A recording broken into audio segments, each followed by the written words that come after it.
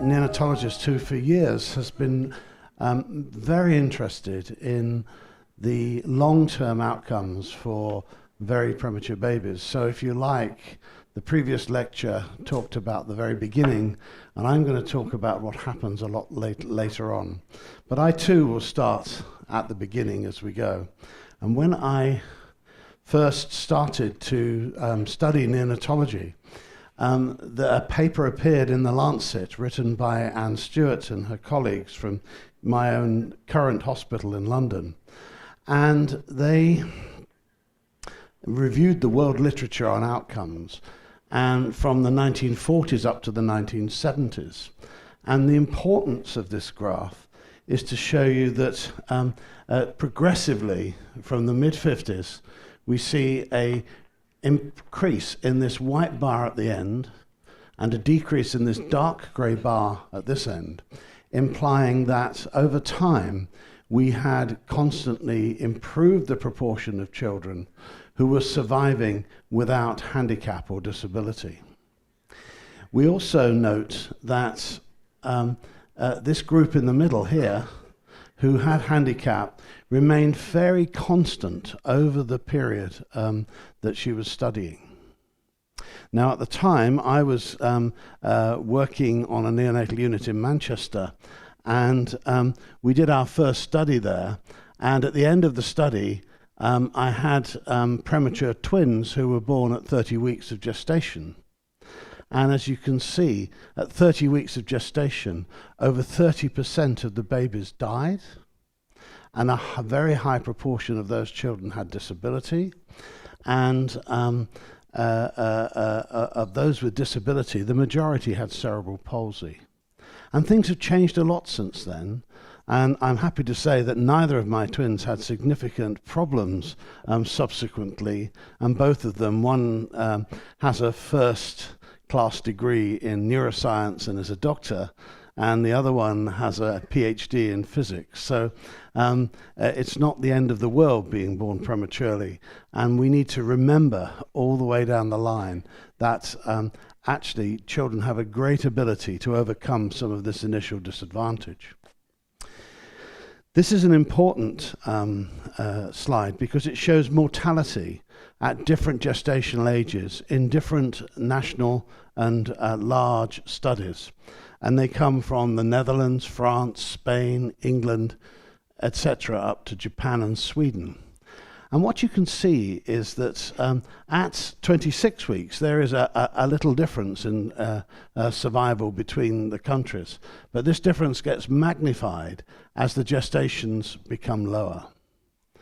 And everyone has always taken this as being a league table to say they're very good at looking after these babies. But actually, it's nothing to do with how good they are at looking at the babies. It is actually their attitude towards whether they would like these babies to receive active care and that they really want to look after them. And what we've seen over the years is that in Japan and latterly in Sweden, they have been progressively more active in their early care at these very low gestations. And by being active, I mean the obstetricians have wanted to give steroids to monitor the babies during labor, and also to deliver them by cesarean section if necessary, even at these very low gestations. And then the neonatologist has been present at the delivery and has provided early stabilization. And by doing that, we see progressive improvements in survival. And that really is the challenge for us, to know where to draw the line. And as you can see in the Netherlands, for example, when this slide was, the study this slide was taken from, had very low survival at 24 weeks. And that was simply because they did not provide care for babies at 24 weeks. They've changed, and they're now looking after babies at 24 weeks and increasingly at 23 weeks. So things change, and over time, it's really important to understand how our attitudes can do that. Now, we all read the same papers, and it's even more starkly in contrast when you look at what happens in the National Institute of Child Development network in the United States. And these are data from Matt Rice-Savvy, and very important data that show us individual hospitals and the proportion of babies who receive active treatment at birth. And you can see that at 22 weeks, based on the same data and similar data that to what you've seen from the previous speaker, I think it's 8 hospitals decide to provide care for 100%, and a similar number of hospitals decide to provide care for 0%. If you don't provide active care, your chances of survival are exceedingly low.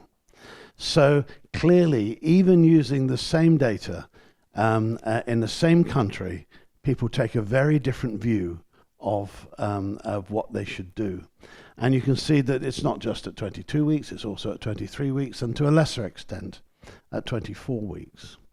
So clearly, our attitudes to this are important. And when you look at the variation in survival, non-active care explained a high proportion of the differences between hospitals in survival rates and in survival without impairment. And when we look at England and the UK, well, England in particular, in our Epicure 2 study, we see that non-active care explained 32% in variance in survival overall up to 26 weeks. But again, 76% of the variation in survival was explained by people not wanting to do it. So all around the world, people are unsure how to approach looking after these extremely preterm babies. And mainly this is based around people's perceptions of the amount of care that they need, and also the long-term outcomes that they're likely to survive with. In England, I don't know what's happened to the colours, but anyway, in England we have seen a progressive change over the period from our 2 studies. In 1995, we had relatively low survival at 23, 24 and 25 weeks of gestation. And then in 2006, we had seen a significant increase, about 15% overall. And then since then, we have our national database, which has shown us that we have about a 4% per year increase in survival at 23 weeks, falling to a nearly 2% per year survival at 25 weeks. And if we extrapolate those to this year, we see that about half of babies born in England and admitted for neonatal intensive care at 23 weeks now survive. And 80% of those, more than 80% of those at 25 weeks. Now that is across the whole country, and we do know that actually if you're born in a big centre that is very proactive, that actually your survival rate is double that at these very low gestations. So in fact, the picture at home is of increasing survival. And when we counsel parents as to the risk of survival, we need to know both the national data, extrapolated appropriately, and we also need to know how we are doing locally. And it's only when you actually put those together that we can actually tell parents what is actually the real situation, rather than what we perceive as a situation. Now, the problem, of course, is that people say children who survive are going to have major disabilities. And in 2006, we did our second Epicure study, and I've reproduced Anne Stewart's graph here. The darkest blue are those that died. The middle blue are those that have severe disability. The turquoise are those that have other disabilities. And the white bar are those that survive without disability. And you can see from this that at each gestational week in 2006, we had more survivors without disability at each gestational week. And not only that, you can see that the proportion that had severe and other disabilities actually had remained very constant.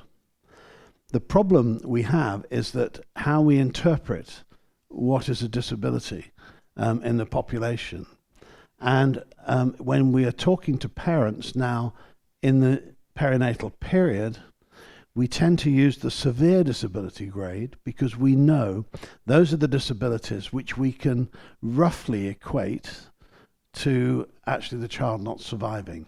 So these are the severest cerebral palsies where the child is not likely to be ambulant, and there are also situations where the developmental or cognitive scores are likely to be less than 55, i.e. the child has severe cognitive impairment. So if we use those, then we can get a much clearer picture of what's happening, and knowing what's happened to survival, we can give parents a much better idea of what the outcome is likely to be. Now, if we do that and we use these rates of severe impairment, you can see that nearly 3/4 of babies at 23 weeks actually survive without severe impairment. And if you talk to parents, they often don't want to know what the risk of a bad outcome is. They often want to know what the chances of a good outcome are, because that guides their decision making very much more than the negativity that we often place in our counselling. And I think it's a really important point to make. And at 24 and 25 weeks, over 85% of children survive without severe impairments. Now, of course, we had relatively low mortality in both of these, relatively high mortality in both of these studies compared to Sweden and Japan. And if we compare the results of our studies in blue and turquoise to the results of the Swedish Express study, which was one of the highest survival groups, you can see that actually the rates of severe and other impairments are very consistent between the two studies. So the next message is that we see improvements in survival happening before we see improvements in long-term outcomes. But you have to do the care to produce the improving survival before we see reductions in these disabilities. And we have seen reductions in disabilities. So here is cerebral palsy, for example, and these are the children in our own Epicure 2 study that survived with cerebral palsy. And you can see that the 3 coloured bars at the bottom are actually those that have severe cerebral palsy. That's grade 3, 4, or 5, using the gross motor function classification system, which is an international standard system. And you can see that only 9% of those at 22 to 23 weeks survive with severe cerebral palsy, down to around about 2% at 26 weeks. Now, if we look at that across Europe, the SCPE collaboration has looked at the prevalence of cerebral palsy across Europe, and it's done it not on gestation but on birth weight. And this is normal birth weight. These are moderate low birth weight, which is 1,500 to 2,500 grams. This is less than 1,500 grams but above 1,000 grams, and this is below 1,000 grams. And you can see my point about impairment and survival being inverted. Here we actually have seen cerebral palsy in normal birth weight children reducing across Europe. In both the moderate and the very low birth weight groups, that's continued to fall. But in the extremely low birth weight group, we've seen an initial rise, which is because survival has increased rapidly in that group. And then as we've got better, we see actually the proportion of children with cerebral palsy falling off. So clearly, we need to practice very hard to get it right and make sure the care we're doing is oriented to produce the very best long-term outcomes. one of the biggest problems we see in children who are born preterm as they grow up is the problems they're likely to have at school with learning difficulties. And we were able to compare the first Epicure study, which had babies at 25, 24 and 23 weeks, with the second Epicure study, which had babies born at 26, 25 and 24 weeks. And we were able to show that we had increased the MDI, the Mental Development Index, which is our best measure of cognition at 2.5 years, by 8 points. Now that is half a standard deviation, and in a population that is a huge difference. Most interventions will produce a small improvement in scores by 2, 3 or 4 points, but actually to have done that with half a standard deviation over an 11-year period shows you how much better our care was in 2006 to how it had been in 1995. And of course we're now another 12 years further on, and we're hoping to repeat this in the next year or so. Now we've got better routine data within our country. So the messages are important, that survival is increasing, that survival is not associated with an increase in the proportion of survivors that has cerebral palsy. If anything, it is reducing, and that the cognitive scores of children that are surviving over time appears to be improving. Now, of course, I just dealt with the extremely preterm group there, and we have to remember that outcomes are a continuum across the whole preterm spectrum. And these are data from Scotland, where they put together the Educational Special Needs Register, SEN Special Educational Needs, with the perinatal record, which gives you a gestational age. And they have plotted them here on a logarithmic scale. So a straight line is equivalent to an exponential curve. And this is nearly a straight line down here, the relationship between gestational age and the log proportion with special needs. And you can see that in Scotland, and this is data from about 10 years ago now, we've got about 35 to 40% special needs in that population at 25 weeks, and that falls off. But it also shows you that actually the increase in risk starts a lot earlier than people think. And there was a tendency for elective caesarean sections at 37, 38, 36 weeks. And actually that is in itself is associated with an increase in risk of learning problems at school. But it becomes highly significant once you get down below about 28 weeks. And don't forget, if we were to make that linear, that's an exponential curve. Because the number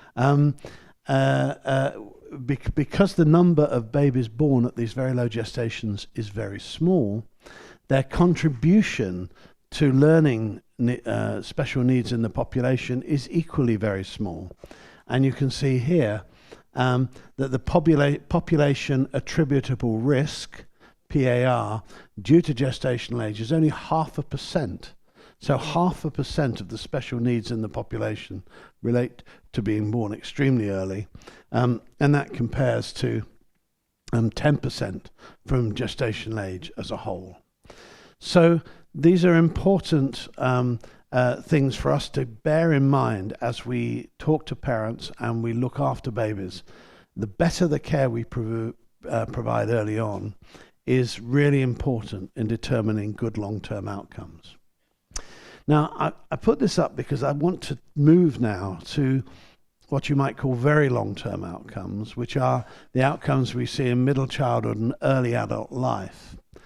And I think it's important to understand that the brain is just one organ that's affected in this process. So if you're born extremely or very preterm, your pregnancy is already at risk because something has gone wrong which has resulted in you having a delivery at extremely low gestational ages. And we forget that sometimes in our drive to make our babies survive fully. And I think Ola described very nicely some of the antenatal factors that lead to that. And then we know in the brain and in the rest of the body that two things happen subsequently which can affect long-term outcomes. The first is you may receive an injury, and we all think about that as intraventricular hemorrhage and periventricular leukomalacia. Amongst the lungs, for example, we think of that as bronchopulmonary dysplasia. But we also know that other problems occur in the development of the baby whilst the baby is outside the womb that lead to developmental arrest. And so you get changes in the lung, which actually mean that the baby whose lung is at 36 weeks actually is much more immature than you'd expect in a baby born at 36 weeks. And we see exactly the same problems in brain development. And so the injury might cause cerebral palsy, and it might cause some problems with cognitive function as well. But there are a whole range of other issues that the preterm child has to face as he grows up, which relate to the alteration in the developmental trajectory of the brain.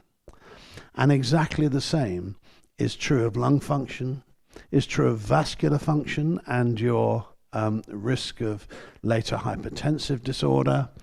In terms of your sensory function, in terms of your hearing and your vision, and other organs such as kidneys, who are very sensitive to preterm birth and need to develop differently outside the womb. Whoops.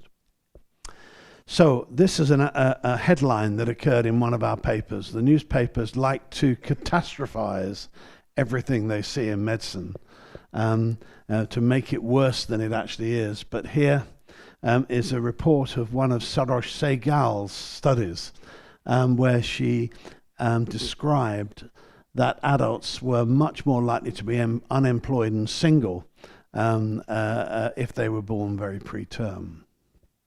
Let's look at that from the perspective of the studies that we've seen.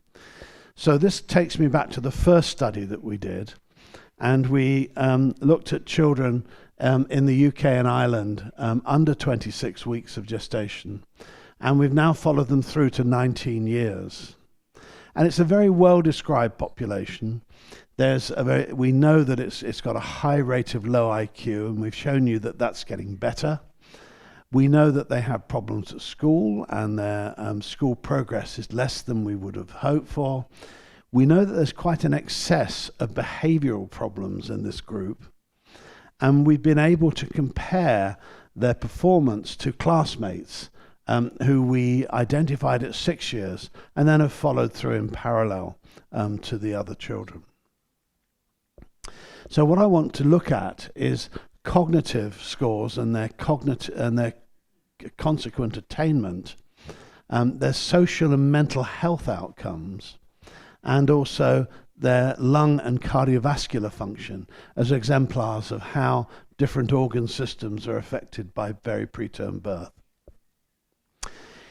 If we think of the neurocognitive outcomes, we have 4 areas which are a particular problem. We've talked about cognition.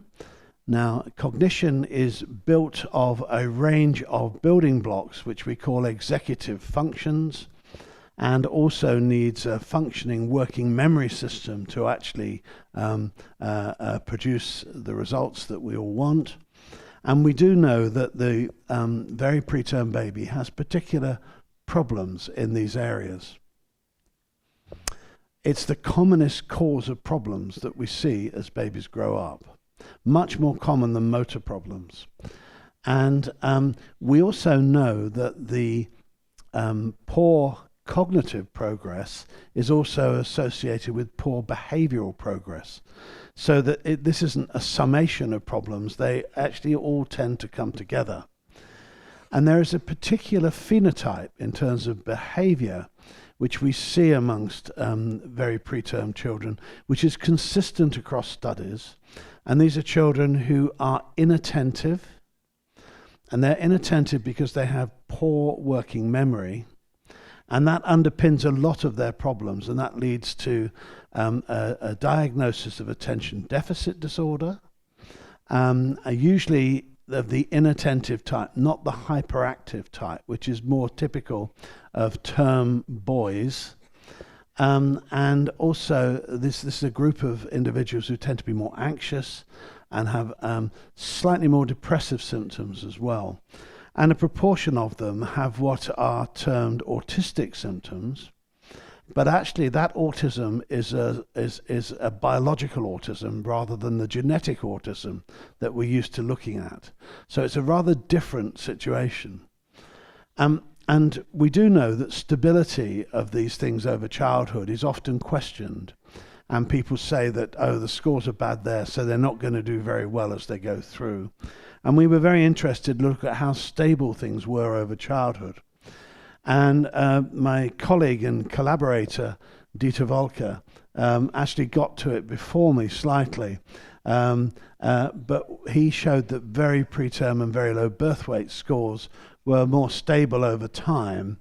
And he felt that you could predict the adult outcome from a developmental assessment at 20 months, with a reasonable correlation. Which is quite a significant finding. And so what we did is we looked at the cognitive scores, the IQ scores at different ages. They're called different things because psychologists don't like using the word IQ quite often. So this is a mental processing composite of the Kaufman, and this is the mental development index of the Bailey. But I think what you'll agree with me when you see that is actually there's a remarkable consistency about the mean and the 95 confidence interval of the mean scores over childhood. And it's actually similar amongst the comparison group. And if we look at children we saw at each, apologies. And also you can see there's a significant proportion of children who have scores less than 70, which mean they are likely to have significant learning difficulties at school. But of course the majority of children don't have severe learning difficulties at school, so it's important not to label them all with the same problem. So we started to look at these, and the first thing we wanted to look at was social status. And this is the progress of the two populations of extremely preterm and controls against their high, moderate, and low social status. And you can see the social status has very little impact in this study that we've done. And surprisingly, very little impact in the controls, but the relative number was small. And then we put them together using a modeling technique, which allows you to account for dropouts in the population. And by doing that, you can see that actually the deficit from extremely preterm birth remains constant over childhood into young adult life. And in this population, it was about 24 IQ points, which is huge. But of course, that's come down in 2006. So I would expect the 2006 scores to be up here. And who knows where we are in 2018? Perhaps they're up here. So we're getting closer as we get better at looking after children. This translates into their performance at school. And these are our qualifications at school. This is the qualification GCSE at 16 years. And then we have the top qualifications, which we call A-levels. And you can see that more of the extremely preterm group in turquoise fail at GCSEs, develop other less impressive qualifications, or get or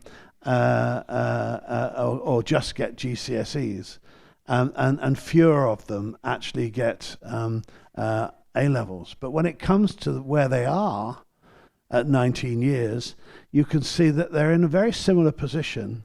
Similar proportions are in full-time education. Some of them, similar proportions are in employment, and there's only a slight excess that are actually receiving disability allowances. So what about behaviour? I think this is an important thing. So when we got to 19, we were able to interview the children themselves, rather than ask the parents what they thought of their children. And I think that's something that we have missed when we've been assessing behavioural outcomes in childhood, that it's second-hand what we're doing. And when we started to look at the outcomes at 19 years, it's much less impressive, the differences between the preterm group and the control. So this is the increase, this is the mean difference in the Z scores of symptoms. So that's a standard deviation of symptoms, and this is equity with the control group. And you can see, yes, there is a small excess of internalizing symptoms in this group, and that depression, anxiety, avoidant behavior, and attention deficit disorder are all increased. But it's nothing like the size of difference that we'd seen when we'd asked the parents. So the children themselves are not reporting the same mixture of symptoms and disorders when they get to 19 that we'd identified in childhood. And that really is quite reassuring for us as we followed them through, because we were getting concerned about this population. And we also see that externalizing, so that's conduct disorders or oppositional defiant disorders, and somatic problems and antisocial behavior are actually not increased in this population. So the phenotype is still there, but it's not anything like as marked as we thought it was going to be from our assessments at 11 years. Now, we know from other association studies, mainly in Scandinavia, that that extremely preterm children are at increased risk as adults of increased autism, behavior symptoms, ADHD. But actually, although the risk is increased, the total prevalence in the population is very low in the adult population, and therefore this is only a small contribution to this group, and the majority of these individuals have not got these disorders. And I think that's really important. And the other question is whether this is related to gestation. Is there a dose-dependent effect of gestation? And we can see this here from the study from Norway, where we've got schizophrenia in purple, autism spectrum disorder in blue, and disorders of other psychological problems in yellow. And you can see that in the general psychiatric disorders, in the autism disorders, that there is an excess at these low gestations. But the schizophrenia, which actually only appears in the third decade, is only mildly and not significantly increased in this group. So I think there is I think we need not to generalize about outcomes, but recognize that it's an increased risk, but it's not all of the children that have these problems.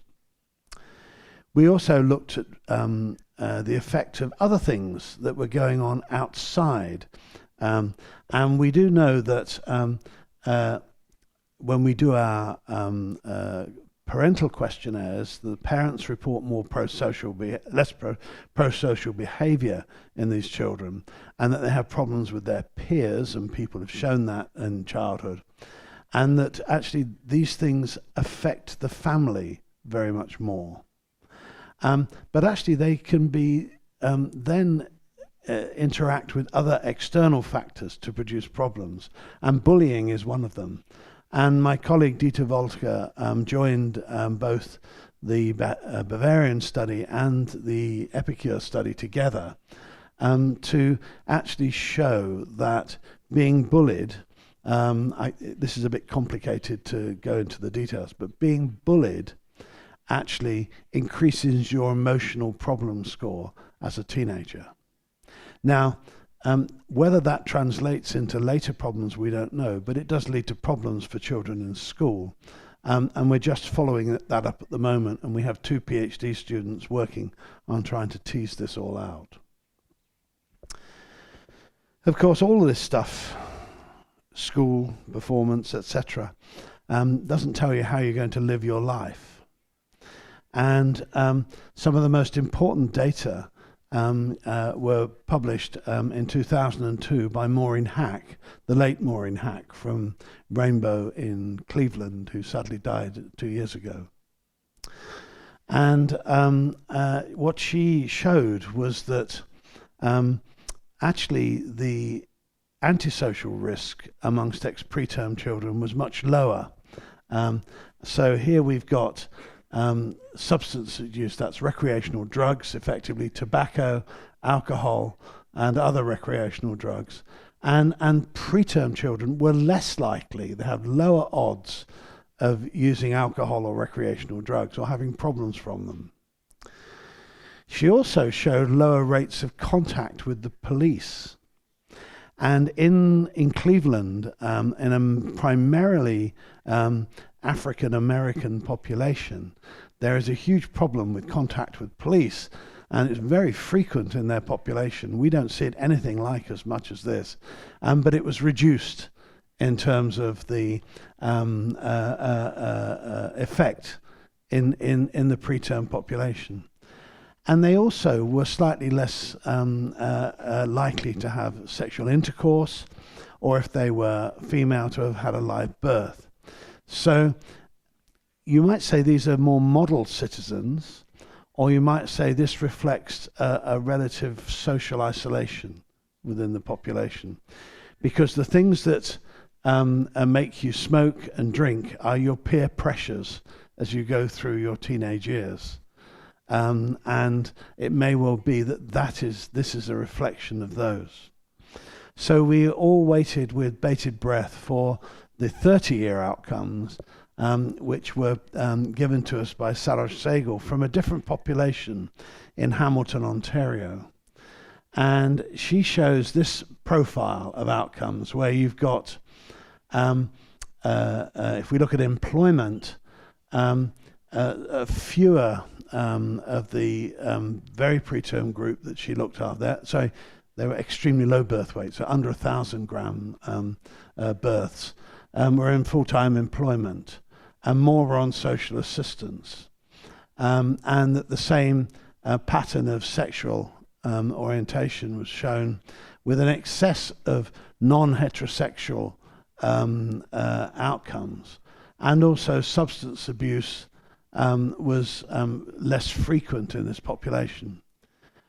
But once she took the effect of impairment, the physical neurosensory impairment, out of the equation, then those differences disappeared completely. And so we need to be very careful how we're looking at this. So having looked at those neurocognitive outcomes and those social outcomes, what about the rest of the body? Does that matter? And I submit to you it does matter very much, and it's very important.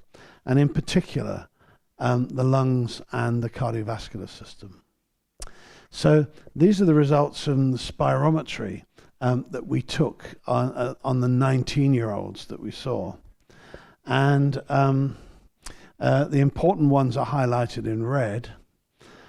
We see that the extremely preterm group have a reduction in FEV1, that's the forced expiratory volume in 1 second, compared to the controls. And this is a significant difference, and is very important in terms of their lung capacity. We also noticed that actually there was no difference at 19 years in their response to bronchodilator. And why is that important? Well, as adolescents at 11 years of age, we'd shown a very similar deficit in their FEV1, but we had also shown an increased responsiveness to bronchodilators, as if they had asthma or reversible airways disease. But what this is showing us is that airway disease is no longer reversible. And quite and consistent with that is if you measure their expired nitric oxide, which is a measure of inflammation in the airways, you can see that the extremely preterm group have lower sign of inflammation in the airways compared to the control group. And those are really important bits of information, because it suggests that the lung disease, which we've been worried about and seemed to be quite bad across childhood, burns itself out in these young adults. And so that, as I'll show you in a minute, is critical. We then looked at their cardiovascular function. And again, lots of indices here, but the key, right button. The key ones are in red. So here we've got something called an Augmentation Index, which is adjusted for sex and the mean arterial pressure. Now, the Augmentation Index is a measure of the stiffness of your circulation and reflects when your heart pumps out blood. If you've got very stiff blood vessels, the blood vessels push the blood back to the heart. And so you see the systolic wave, and then you see another wave as the blood comes back. And the Augmentation Index, if you've got nice, healthy, flexible vessels, should be 0 or close to 0. And you can see that in the extremely preterm group, it's about 6%, 7%. It's about 6.5% higher, and that's highly significant. So these, there is more resistance in the circulation compared to controls. We also note they have a slightly higher heart rate. And you think, well, 4 beats per minute is not very much higher. But in population terms, that's actually quite a big difference. And it implies that they're working harder to push the blood around the body. And then we look at the total peripheral resistance, and we see that's actually significantly higher in this group. And that leads to an increase in central blood pressure measurements. And so these measurements put the child at risk of later cardiovascular disease. Now, when we'd seen these children at 11, we were able to link the lung deficit in FEV1 to the stiffness of the blood vessels, which gave us a unifying hypothesis, we thought, that would say this is all due to lack of elastin in the population. But actually, we couldn't find those differences at 19, which is a great shame. Now, this is why it's important. When you're 25, you're at your physical peak. And I'm sorry, guys, but after that, it's all downhill, whether you like it or not. You get to your peak at 25, and then over the rest of your life, your FEV1 falls off. And you could reverse this and your blood pressure starts to rise. Or you could actually look at your cognitive function, and that starts to fall off. Now, if you've never smoked or you're not susceptible, it doesn't make that much difference to you. And by the time you get to 70, you haven't got too much in the way of problems. But if you smoke or you've got chronic obstructive pulmonary disease, then your fall off is much faster. And so you end up with symptoms in your 60s and disability by the time you're 70. If you arrive at your physical peak with only 70% of what you would have expected to have had you delivered at term, then the fall-off's at the same rate, again, you're going to get some symptoms in your mid-60s, but not too much trouble. But actually, if you smoke, or there were signs of increased inflammation in the airway, which there are not, you have an accelerated decline, and you're likely to have disability by the time you're 60. So these findings are really encouraging in one way and also worrying in other ways. And I think we have ignored the very long-term outcomes in terms of respiratory outcomes for a long time. And we have to remember that much of what we do in terms of ventilation and the administration of oxygen to babies actually increases the developmental arrest and the dysplasia within the lungs, which leads to these poor respiratory outcomes. So I come back to that again and just point out that actually it's really important that these factors also have an effect on mental health, education, wealth, earning, their long-term health, and perhaps even aging as time goes on. But these are much more difficult to assess, and actually, certainly, from my perspective, looking at these populations of young adults, they're less frequent than I thought they were going to be when I'd looked at them a lot earlier. And I think that's good news. Now, I'm going to finish there on that good news and just thank this huge group of people that have been working with me over the years. They have been fantastic studies that they've run and delivered and written up for me. And I'm very grateful for your attention. Thanks very much. I knew Steve would ask. I was going to let you off that easy. I think as a neonatologist, it's fascinating to look at the 30-year follow-ups. They're intriguing, but it begs the question. Number one, they represent the state of the art as of 30 years ago. Number two, they represent a totally different demographic population than the babies who now occupy neonatal intensive care units. So the question is, could you speculate on what we're going to see 30 years from now in our 22, 23, 24-week babies? Absolutely. And I think it's really important to understand that things have changed, but the rates of bronchopulmonary dysplasia have not changed that much. All right, the gestational age may have slipped down a little bit, but actually the rates of BPD are still very high. And so in terms of lung outcomes, I would speculate that the current generation are very much at the same risk. And we don't understand the balance between the developmental arrest that occurs and the injury that happens following ventilation. And the fact that the rate of BPD has remained relatively constant actually just gives me a little bit of anxiety that we're going to see the same respiratory outcomes. Of course, the other thing that has changed dramatically is our attitude to babies' brains. And we know that the rate of major brain injury, i.e. intraventricular hemorrhage and PVL, is beginning to come down a little bit. And so we may expect to see a little less cerebral palsy, as we've demonstrated.